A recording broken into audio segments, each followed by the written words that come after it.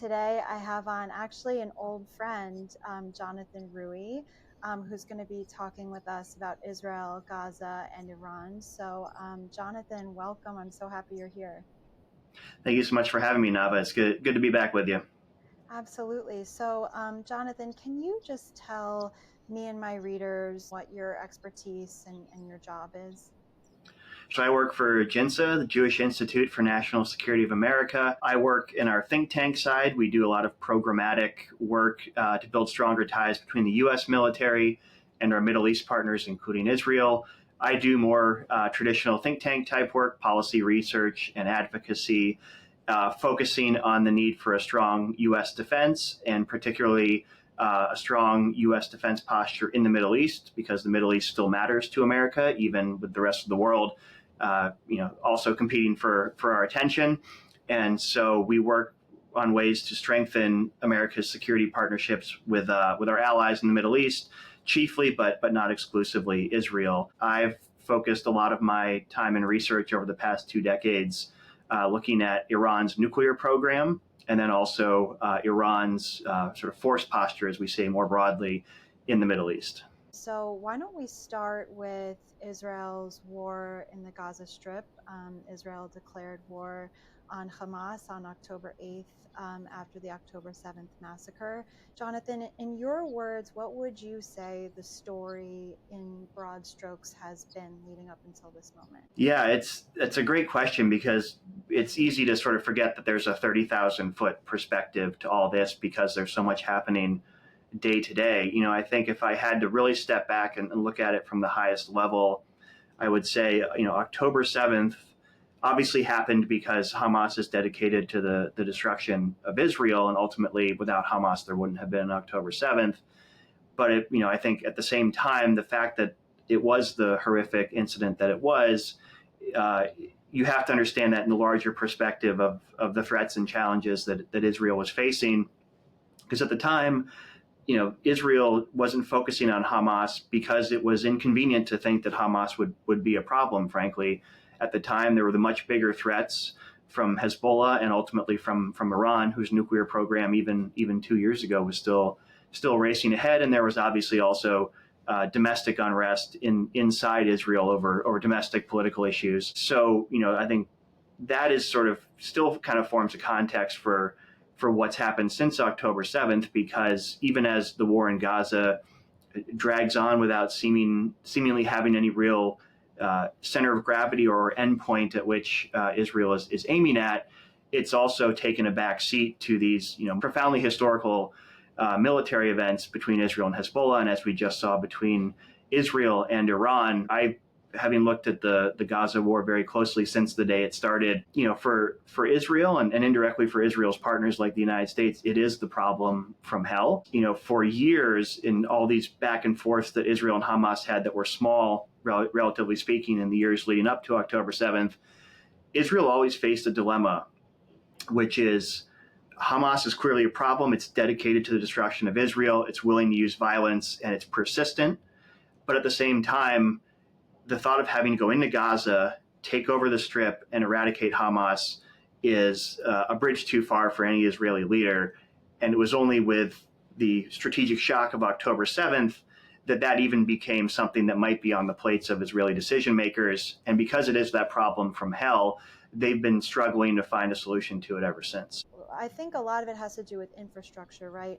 Tunnels, other things that Hamas builds. Would you say that's the major problem here? That's certainly the core of the problem. Gaza is, at least let's say on October 6th, 2023, Gaza was one of the most dense urban areas in the Middle East. It's a very small strip. It's, I think, 2 or 3 miles deep at some points, but millions of people live there. And Hamas, by ruling the strip for almost 20 years, was able to basically turn it into one fortified, military emplacement. You mentioned the infrastructure. One of the things I've been struck by in talking to Israeli military and civilian leaders in the past couple of years is, even with all of Israel's really good intelligence capabilities and planning, they've been astounded how interwoven Hamas's military infrastructure is in this dense urban environment. And if you're a military operator or planner, that is your nightmare scenario of having to go fight in a place like that that's been prepared for years specifically to grind down even an advanced military like the IDF. It's basically a smaller scale Middle East version of Stalingrad in that way. There's the added problem, which is for Israel, it's a traditional Western military. They think in terms of defeating your enemy on the battlefield. Hamas is the opposite of that. They think of defeating Israel in the court of public opinion because they're never going to defeat Israel in a stand-up military fight. So what Hamas does is make it almost impossible for Israel to fulfill its own objective, which is to minimize collateral damage in its military operations in Gaza, because Hamas knows that the more images of civilian suffering that are broadcast to the world, regardless of whether Israel is adhering to the law of armed conflict, which by and large it is, the world's going to judge based on that picture rather than on a lengthy legal discourse of collateral damage and proportionality and all that stuff, which, even though it matters profoundly, doesn't make for good news headlines. And so from Israel's perspective, it's in that way, almost inherently a lose-lose situation. What exactly has to happen when you are conducting a war in an urban environment? I'm certainly not a military lawyer, but I'll try to play one on camera here. Basically, if from Israel's perspective, in planning attacks, you have to adhere to principles of discrimination and proportionality. Discrimination, you can't inherently target civilians as civilians. What we think of, more contentiously in like World War II, when we bombed cities in Germany and Japan, some people might argue we were bombing the civilians because they were civilians. So out of that grew this very understandable need to draw a distinction. You can only target people who are engaging in military operations. At the same time, there's this principle of proportionality, which is in order to minimize collateral damage and not accidentally kill civilians you're not targeting, in order to mitigate the harm to them, you have to use weapons that are basically proportional to the target you're trying to take out. The ultimate example is you can't drop a nuclear bomb on like a small field outpost, essentially, because you'd be taking out a bunch of innocent people around you. And these rules, they operate fairly well in a conventional military environment, which is far from what we're seeing in Gaza. So Hamas directly abuses those two things.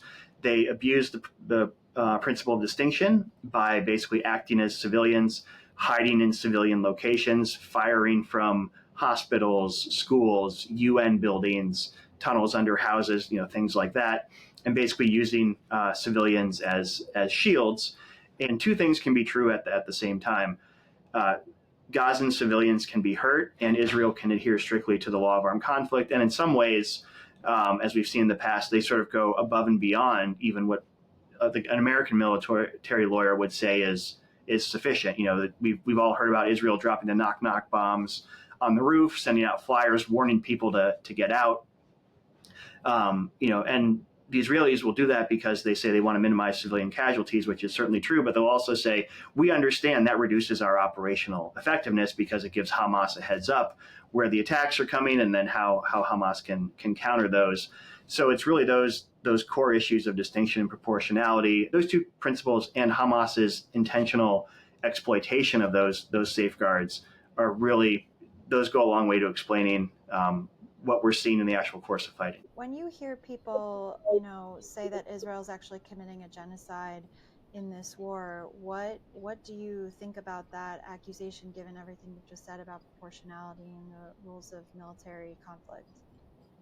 I think it's I try not to laugh, but because it's so absurd, that's maybe one of my initial reactions to that claim.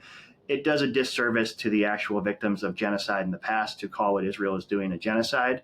I think you can certainly levy a criticism at Israel that they have not done a lot of great planning for the war in Gaza.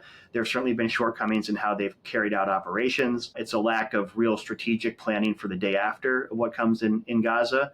And partly that's, as I talked about, this is the problem from hell. It's hard to do any such type of planning. And partly I think it's a shortcoming in Israel's political leadership to to articulate real coherent goals for how the war ends. But to call this a genocide is, I think a horrible misuse of that term. If I would say this way, if Israel is trying to commit a genocide, they're doing the worst job of anyone I've ever seen. We've sadly, in your and my lifetimes, even we've seen attempts at genocide throughout the world.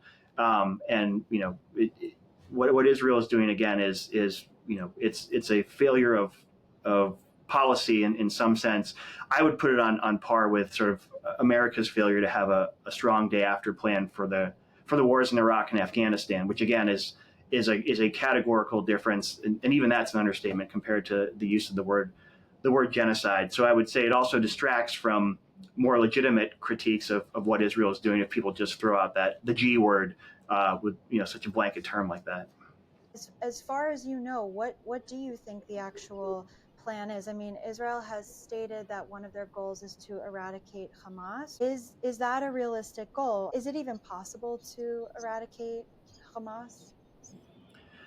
That's a great question, and one that I've wrestled with sort of consistently ever since October 7th and since that goal was first articulated. By the way, not only by the Israeli government, but several days later by President Biden, who said if Hamas did this to us, there would be no more Hamas. So America would make sure of that.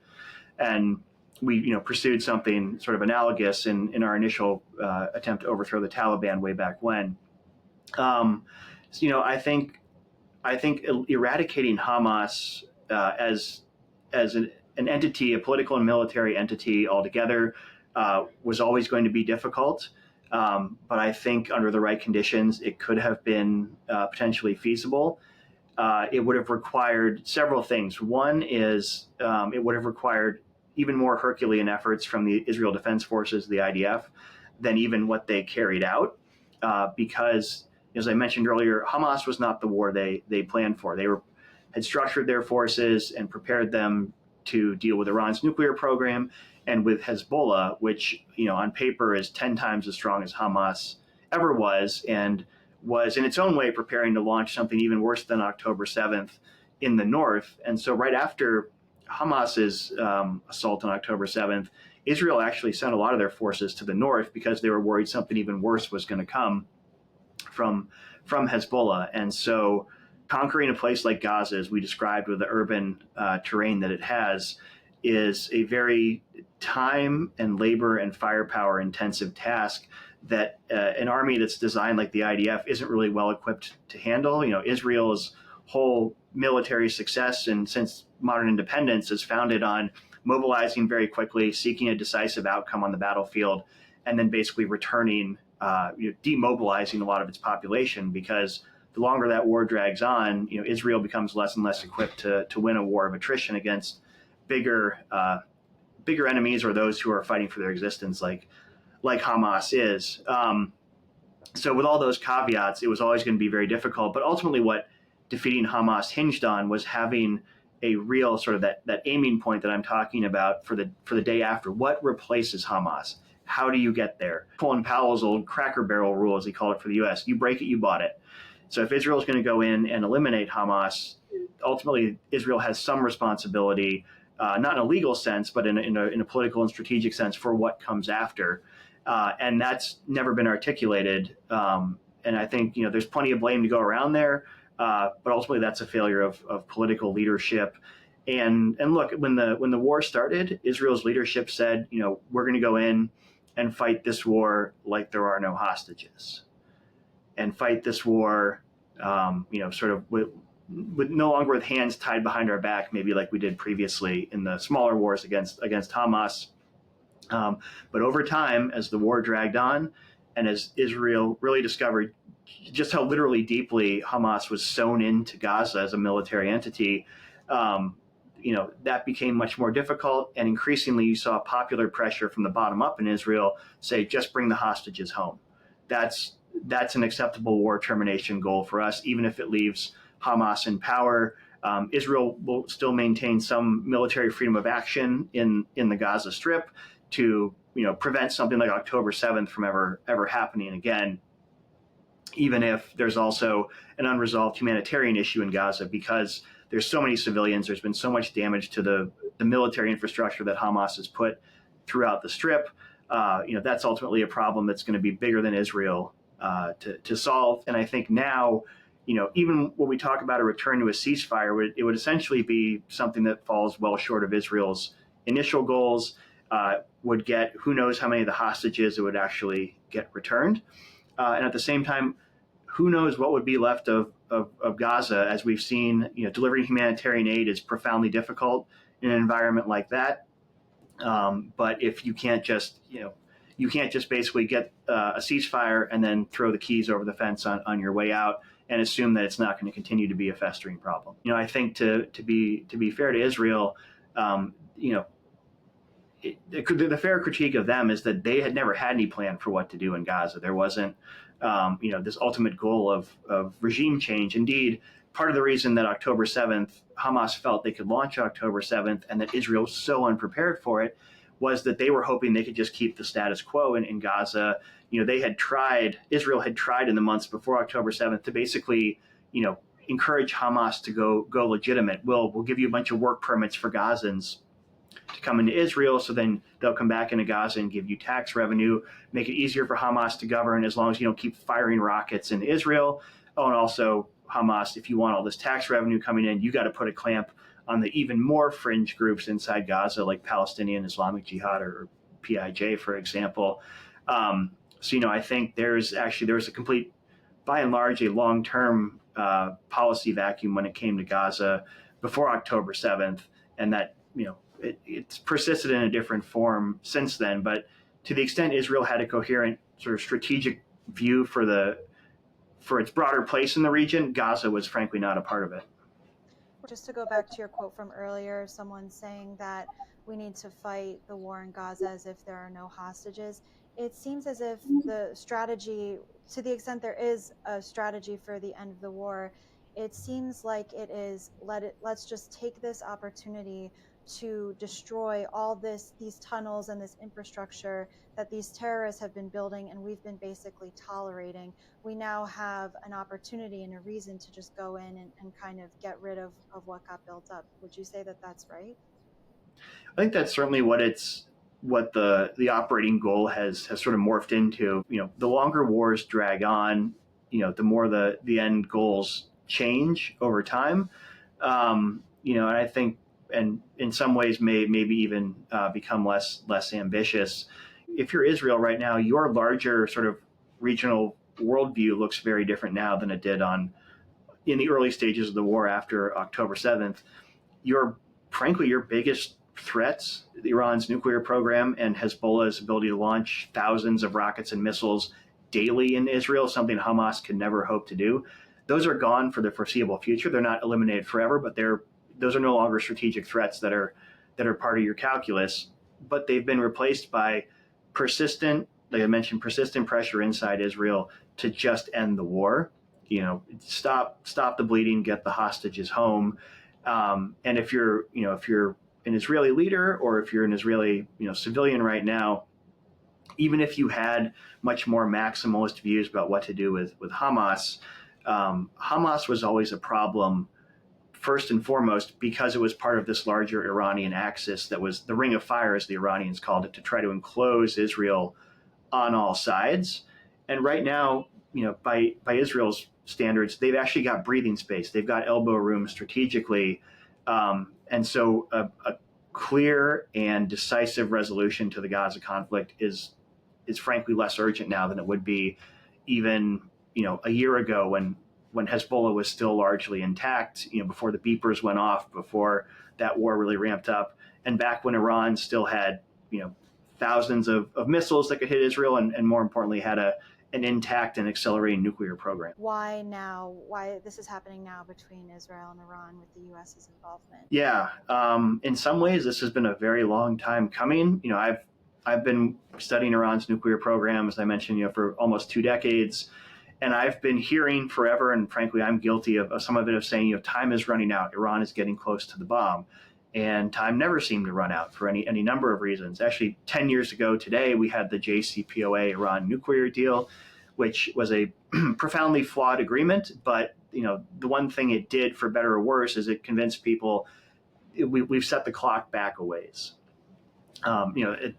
at some long-term costs, but nevertheless, it sort of encouraged a lot of people, including Israeli leaders, to think, all right, well, that, you know, it's a problem we don't need to urgently prepare for at the moment.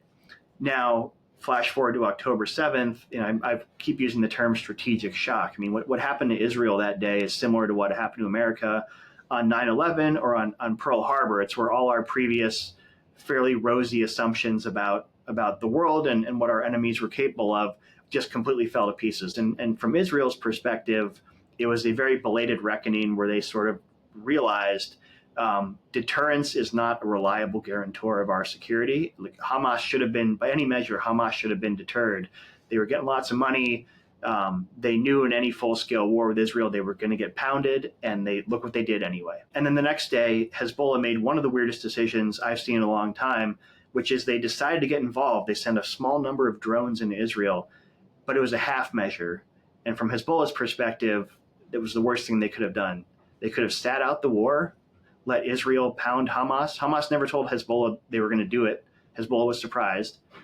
But Hezbollah didn't launch all their capabilities. They didn't launch the massive invasion on the ground I was talking about. They didn't launch all these missiles and rockets. They did just enough to anger Israel and convince Israel that Hezbollah was now a problem that needed to be dealt with. And we saw over the ensuing months, Iran launched 2 massive missile and drone barrages at Israel, unprecedented direct attacks on Israel from Iranian territory. And Iran sort of had a similar thing. They launched these attacks, which are unprecedented, but they also didn't do much. And it's easier for me to sit here in Washington, D.C. and say that, but from Israel's perspective, you get hit with 2 of the largest missile and drone barrages in history, and you come out almost unscathed. It created for Israel this calculus that at the same time that our enemies their intent is very clear, very hostile, and they're capable of doing anything at any moment, at the same time, we could probably survive some of the worst they're going to throw at us. And so you add all that up, that's sort of percolating in Israeli decision makers' minds in the wake of October 7th. And then you have in recent months this sort of keen perception that Iran really is getting close, not just to turning this last screw on a nuclear bomb, but a nuclear arsenal. And while the dust still needs to settle on, what intelligence the Israelis had that Iran was really supercharging to finish a bomb, setting even that aside, it's clear that both Israeli, European, and American intelligence agencies in the last year were saying, oh, Iran is positioning itself where if they really wanted to finish a nuclear weapon, they could do it like in a heartbeat. So you add all that up, and then you see in just last month, Israel struck, the timing was very, very specific. 2 specific things happened in just the days before Israel struck. One, Trump's self-declared 60-day deadline for nuclear talks was up, and Iran was showing no interest in agreeing to a deal, even a bad one from American and Israeli perspectives. Iran was like, let's just keep this going. Let's just draw this out. The second one is the IAEA, the International Atomic Inspectors, declared Iran in breach of its safeguards. They basically said, we've been working on this for years. Iran will not come clean about trying to build a bomb. They're hiding their uranium stockpiles, parts of their centrifuges. Basically, we're losing what they call their continuity of knowledge about how far along Iran is in the nuclear program. So from Israel's perspectives, you have all those things sort of come together at one point, and then that night the planes take off. Can you fill people in on the Iran deal, the administration that made it happen? And you mentioned that you felt that there were some profound flaws in the deal. Can you tell us what you feel that those were? Sure, and I'll try to keep this remark under 3 hours because I could drone on forever about this. And it's also a very complex issue. But I'll say, so that the Obama administration secured the JCPOA with the Iranians 10 years ago today. It was the result of various forms of negotiations over the preceding 3 years. If you look at, I'll compare the deal to what was initially thought possible. So if you go back to like 2012, 2013, you look at statements from Obama, Secretary of State Kerry, the Secretary of Energy, Moniz, and a lot of other top Obama officials. They're spelling out what their acceptable red lines for a nuclear deal are, and they're really good. Iran cannot enrich. Iran has to shut its deeply buried facility at Fordow. Iran cannot have nuclear capable ballistic missiles. Iran has to open up to like anytime, anywhere inspections, yada yada yada, stuff like that. If that was the deal, if that's what the JCPOA became, I'd be calling it the greatest arms control agreement in recent decades. But that all happened in 2012, 2013. Over the succeeding, call it year and a half, Iran just negotiated the Americans, I mean, just the grand circles around American negotiators, forced us to debate ourselves, and basically got to a deal that met none of those red lines I just talked about, but actually met Iran's explicit red lines for a deal, those of the Supreme Leader Khamenei. Iran gets to have an industrial scale enrichment program, and that's an issue we saw come up in the recent round of talks, is Iran's self-proclaimed right to enrich, because that's sort of the keystone for everything. If they have a right to enrich, then they have a right to all this other stuff that you need to build an arsenal of nuclear weapons. Iran will not allow its military facilities to be inspected, even though that's where Iran keeps a lot of its nuclear capabilities. And Iran will not negotiate away its missile program. That's a key point of pride for the regime, and one of their key offensive arsenals. So over time, the deal shifted from those American red lines to those Iranian ones that I discussed. People focus on the sunsets of the deal, is what they were called. For 15 years, Iran can only enrich a certain amount of uranium at a certain level. It can only use certain facilities, and then over time, those go away, and Iran essentially has an unrestricted nuclear weapons program. If that was the case, that would have been bad enough, but that'd be one thing. But the deal also said, once the JCPOA is done, all the sunsets are lifted, Iran will basically have a legitimated nuclear program. It can both be in the Non-Proliferation Treaty, which is the most successful arms control agreement since the end of World War II. It's the reason we only have, nine nuclear powers now, as opposed to probably a couple dozen. But Iran would get to be the only country that had essentially a nuclear weapons infrastructure and was still in the NPT, and that would have been disastrous for not just the Middle East, but the world more generally. Iran also got a windfall of relief from U.S. and European sanctions in agreeing to the deal. The numbers still differ. Call it roughly $100 billion worth of sanctions relief. And we saw the Iranian regime immediately sort of plow that into a lot of these missile and drone and other programs that have become so relevant in recent years. And then just finally, this isn't in the JCPOA itself, but I talked about the way it was negotiated, how it basically Iran just hammered away at America's red lines. What it taught the Iranians is we don't have to take American red lines seriously, which is why you saw right after the JCPOA, Iran and Russia worked together to send forces into Syria and basically save the Assad regime. You also saw Iran increasingly harass, our Navy ships in the Persian Gulf, and basically think they could just throw their weight around the Middle East without fear of real U.S. repercussions. And from Israel's perspective, this is when the ring of fire around them really starts to build up.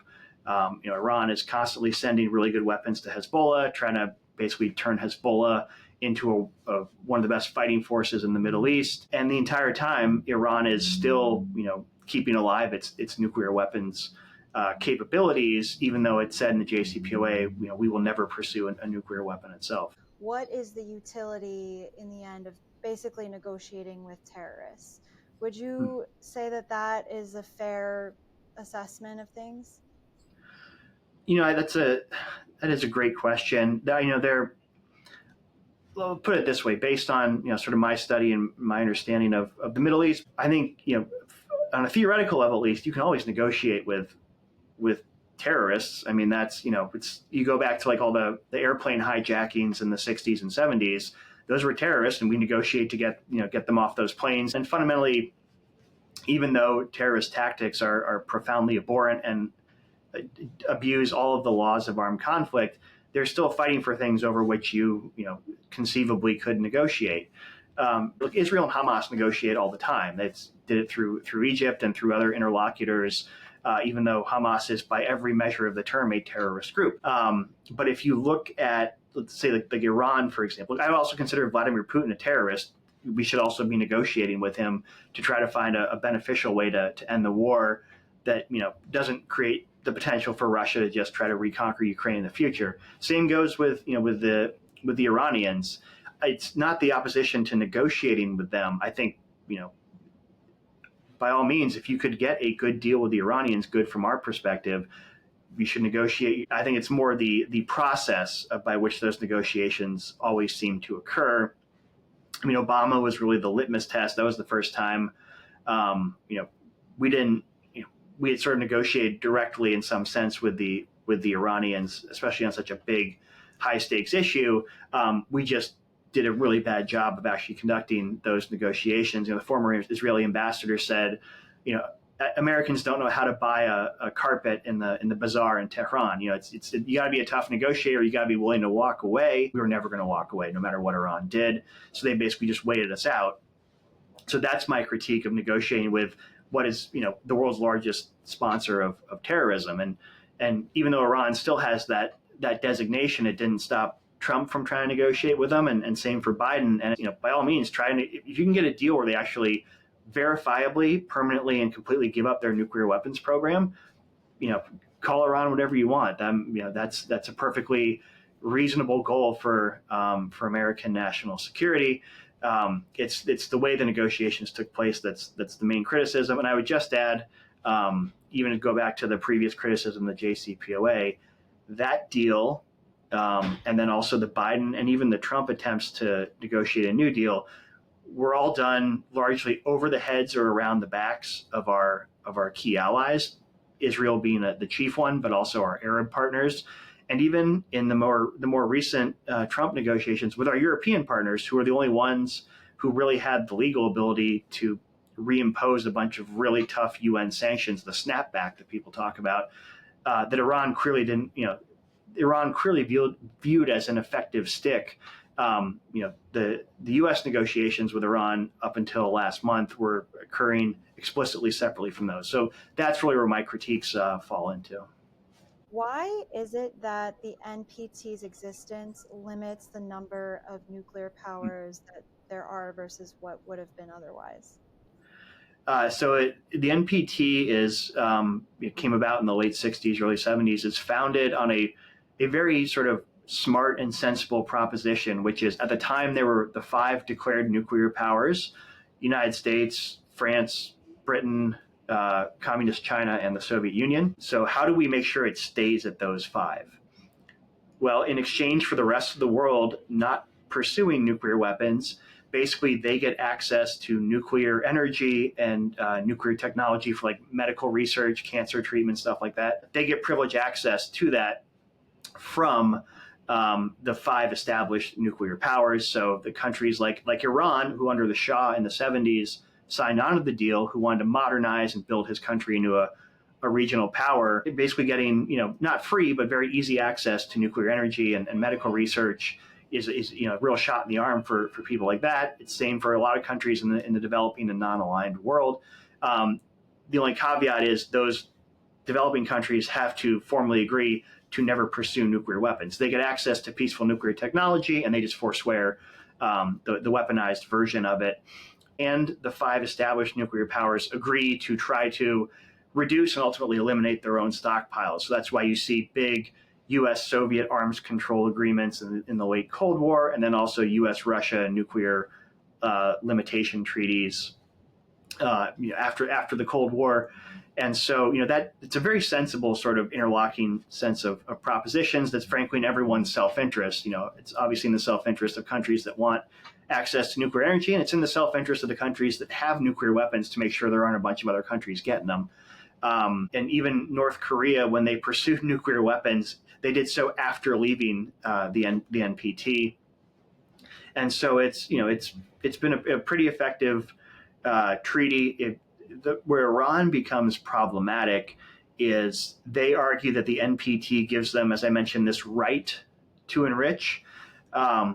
Nowhere contained within the treaty, the NPT, it's in the name, it's a non-proliferation treaty. It's not a nuclear development treaty. And so Iran points to a handful of other countries like the Netherlands, Germany, Japan, I think like Argentina and Brazil, have some domestic enrichment capabilities. Those countries are in full compliance with IAEA inspectors. And those inspectors are the ones who are charged with basically ensuring and verifying that everyone is adhering to their NPT obligations. And at the same time, Iran says we have a right to enrich.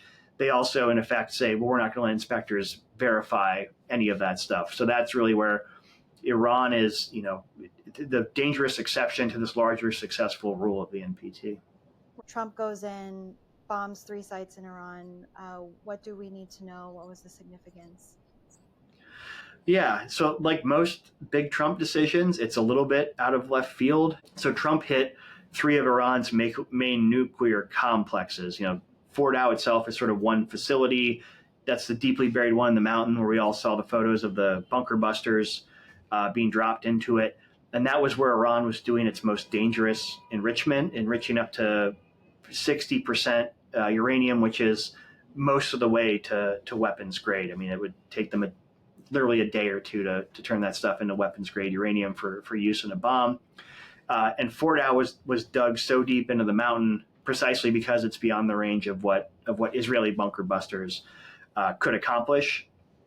And so that's the one everyone focuses on. But understandably, there's two other complexes, not just a facility, but a set of complexes. One is at Natanz, which is Iran's largest enrichment plant. It's underground, not as deep as Fordow. Israel struck it in the opening stages of the conflict and did some serious damage to it. I think Trump's assessment, probably based on talking with his military advisors, is Israel damaged it, but they didn't destroy it.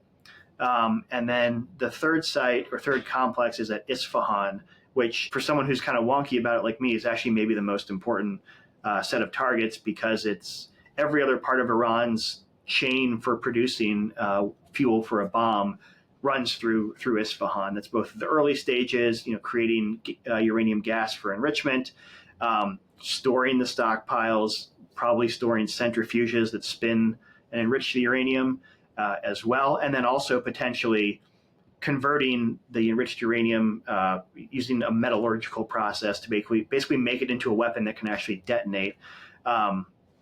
So hitting Isfahan was meant to follow up on the Israeli strikes on those sites to try to basically finish the job that Israel started there. And you'll notice a theme here. Iran puts a lot of this stuff deep underground, disaggregates it across multiple sites to make it as hard as possible to eliminate. So that's Trump came in and did that roughly about a week, maybe 8 days into the war, and it's a pretty interesting 10 days overall there in the change in sort of Trump's thinking because I mentioned earlier there's those two big decisions right before Israel strikes. There's the deadline on Trump's negotiations, the 60-day deadline, and there's also the IAEA declaring Iran in breach of its safeguards, and then Israel strikes. To go from there to when Trump decides to strike, I'm pretty sure involved a complete shift in his thinking about how he was going to deal with this problem. I saw no indication before the Israeli jets fired up that Trump was getting ready for military action. Trump will claim, oh, that was just a bait and switch, to keep the Iranians surprised.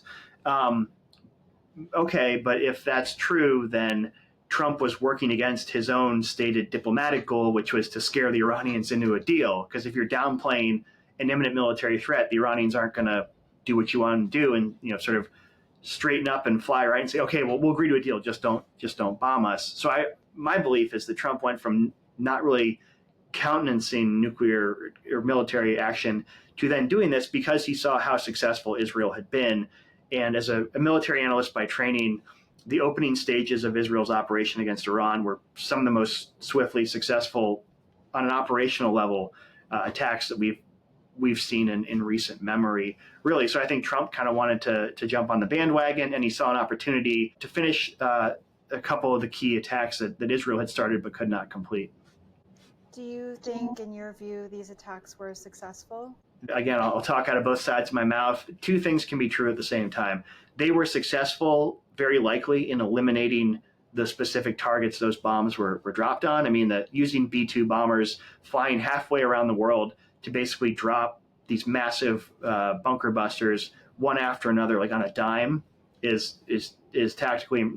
If I'm China or Russia, I'm looking very seriously at that and starting to worry. The Iranians as well, if I'm thinking about rebuilding my program, those can have been very successful strikes at the same time that Iran's nuclear weapons capability is not eliminated. I mentioned Iran sort of built all this stuff underground and disaggregated it, and that's specifically because they've spent decades building this program with one idea in mind, which is to survive military action. They saw Israeli strikes against Saddam's nuclear program in the 80s and against Bashar al-Assad's program in Syria in 2007. And both of those men made a key mistake, which is a lot of their nuclear program was concentrated in one site above ground. So Iran said, well, we'll just create a whole different problem set. We'll make our program very difficult to wipe out completely. And as I mentioned, they've been failing to comply with inspectors who are trying to go and catalog where all of Iran's nuclear capabilities are. And so, we're now in the realm of a lot of known unknowns, to go back to a neoconservative term, which is we know there's a lot of things we still don't know about the rest of Iran's nuclear program. Where are their stockpiles? And if they aren't all in the sites, buried under the rubble of the sites that the U.S. and Israel struck, where's the rest of them? Do they have leftover capabilities to finish converting that stuff into a bomb? And in the wake of what happened, what's Iran's new strategy? Are they basically scared straight? They don't dare get caught trying to finish a bomb and get an even worse version of what happened, or do they think we'll just bide our time and we'll keep together enough of the program right now where all we really have to do is test a bomb in the desert somewhere and create a mushroom cloud and basically tell the world, there's no more military options against Iran because we now have the bomb. So we're in this big realm of both sort of technical, but also, I guess you call it political or even psychological uncertainty, because is Iran really deterred from picking up the pieces they have left and moving forward? Iran seems pretty scared, and I think a lot of our adversaries are not sure what to do with having an American president who is as unpredictable as ours right now. Like Biden, Obama, I don't think they inspire the same fear in our adversaries as Trump seems to. Would you say that's right? I certainly think that's true to a point. Yeah, I mean, part of the problem with Obama and Biden is they were too predictable, and so the Iranians basically played them like a fiddle, and so did Russia and China. Um, yeah, Trump is much more of a wild card. Um, I think especially in this term, in his first term, I think the Iranians actually felt like they had a pretty good read on him. The key event that people point to, understandably, that in Trump's first term that really shook Iran's calculus was when the U.S. killed the IRGC Quds Force commander Qasem Soleimani, droned him in Baghdad. That certainly forced Iran to reevaluate what America was capable and willing to do. But over time, you saw Iran slowly resume these like low-level attacks that ultimately produced that first escalation. So the Iranians said, okay, our calculus is scrambled for a second, but we think we can get back to a situation where the United States is not going to do anything, and we'll be able to escalate against them more than they can escalate against us. Up until about a month ago, I think that was still certainly true. But yes, to your point, Iran is, I think, now really surprised by two overlapping things. One is Israel's operational capability.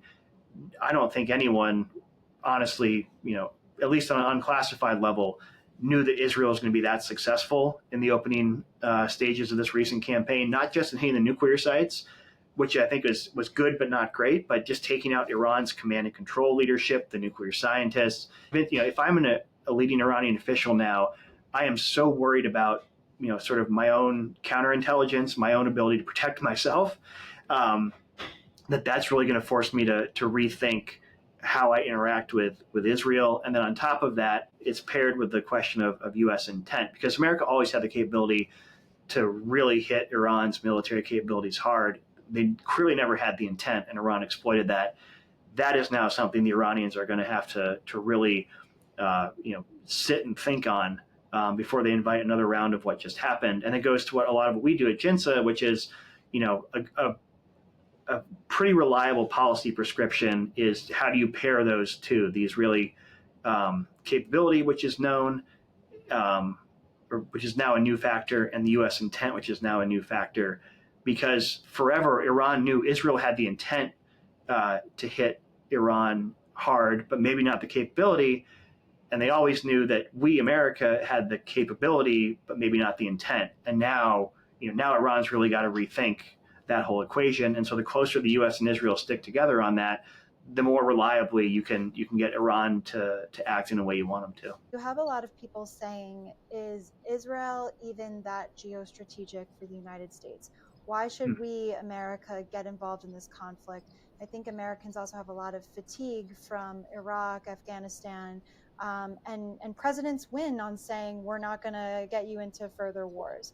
So, is is is the juice worth the squeeze for America to get involved in this conflict? And how strategic is Israel to the United States' interests? That's been a fundamental question going back, even to like really 9/11, the Iraq War, and even before that. Obama, uh, twice in a row, then Trump, then Biden, and now Trump again, all ran on a successful platform of saying we're not going to get more involved in the Middle East. We're actually going to reduce our commitments, sort of wash our hands of the region, pivot to Asia, all that sort of stuff. I mean, the world has other ideas, and each of those presidents found himself, perhaps largely against his own initial wishes, drawn back into the Middle East in some way. The Middle East still matters because fundamentally energy is a global market, and even though the United States is the world's biggest exporter of energy, we also still import a lot, and the way that's priced is globally. And so,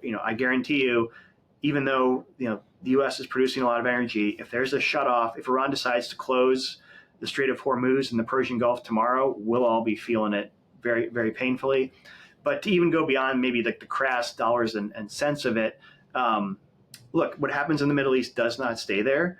And as we mentioned earlier, China and Russia look at what happens in the region, and it factors into their own calculus about what they're going to do in the rest of the world. And I think only the most hardcore isolationist would say, well, it doesn't matter what Russia and China do in the world. We'll just go back to Fortress America. I think most people, across the political spectrum would say, well, we clearly don't want a world where Russia and China are running roughshod, pushing their way into NATO. China's invading Taiwan. But both those countries are cooperating more and more closely with Iran, and they almost use Iran as a sort of proxy for, well, if the U.S. isn't going to uphold its stated commitments, its stated red lines to prevent nuclear Iran or things like that, why would they uphold their red line to defend NATO or defend Taiwan, things like that. So in that sense, Israel is profoundly geostrategically important. One, it's sort of the entering wedge that's pushing back against the Iranians, fulfilling America's own red lines against preventing Iran from dominating the region and developing a nuclear weapon. But also, Israel does the thing that presidents from both parties keep asking our allies to do, which is do more. I'm a huge supporter of NATO, but I also can say, a lot of our European allies, until very recently, have frankly been coasting too much on American security guarantees, and they're net security consumers, to use the DC jargon. Israel has always been a net security provider, and they explicitly and kind of sort of adamantly say, if you give us the tools, we'll do the job, and that should be music to a lot of Americans' ears. So in that sense, Israel is still profoundly geostrategically important. And also, we saw, I guess it was 4.5 years ago now, the Abraham Accords, which, were a sort of a diplomatic shock because nobody really saw them coming.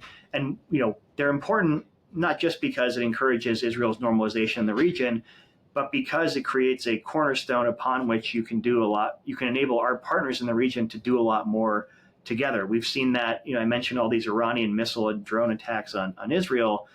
Defending against those attacks, Israel had the lead, but it was also the United States playing a backstopping role, and more quietly, all of our shared Arab partners, Jordan, Saudi Arabia, the Gulf countries, helping shoot down those drones, bring them up on radars so we know where they are, basically carrying their share of the load to help defend against some of these biggest missile and drone attacks in history.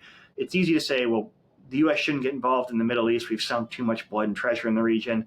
I largely agree with that because, you look at, Iraq and Afghanistan, those were wars that were either poorly conceived or poorly thought out and poorly executed, and were largely dependent first and foremost on U.S. boots on the ground.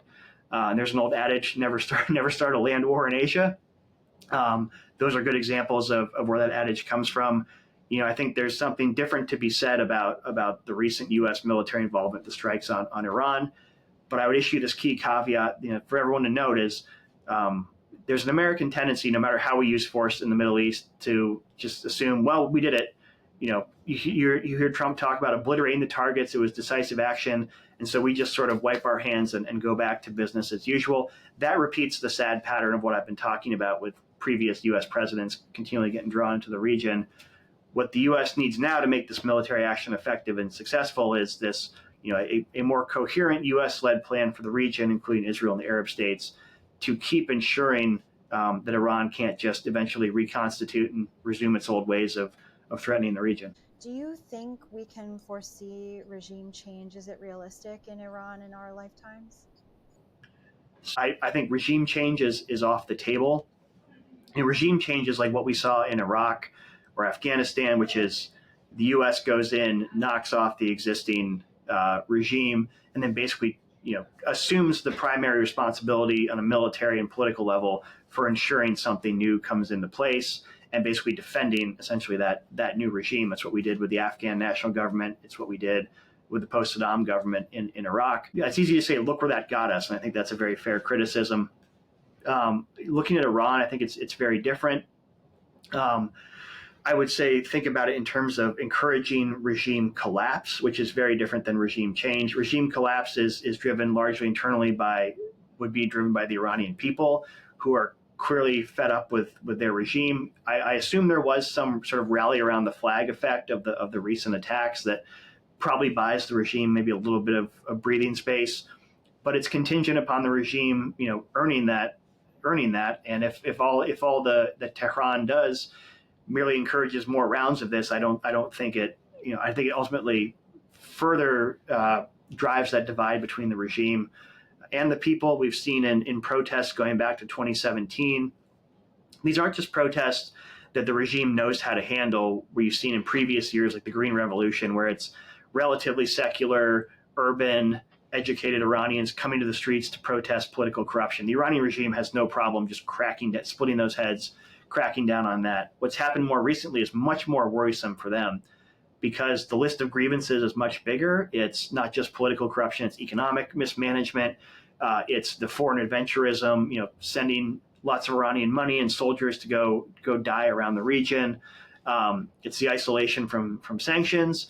And so the unrest has spread beyond just, as I mentioned, the secular elites in the urban areas. It's now the regime's, main basis of support, the relatively the poorer, rural, and more religious sectors of society. So you can see the eventual basis for broad opposition to the regime is there. What the U.S. should be doing is from a more standoff approach of providing support for Iranian civil society, enabling communication. Basically, I say look at the playbook in the Cold War, where we helped. The Soviet Union would not have collapsed were it not for the internal contradictions and unpopularity of the regime itself.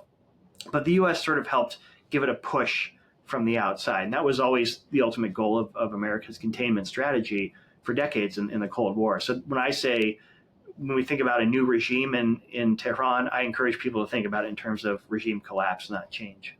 There is a risk in Iran that if this cleric-led regime collapses, you end up with the military, the IRGC taking over, or even more hardline clerics, or who knows what. You are sort of opening Pandora's box in a way there, and so that's I would say that keep that in back of mind when you think about regime collapse. In the same way that when the Soviet Union fell, there was, I think, from an American perspective, an improvement when you got Boris Yeltsin for all his clear shortcomings and failures from various perspectives.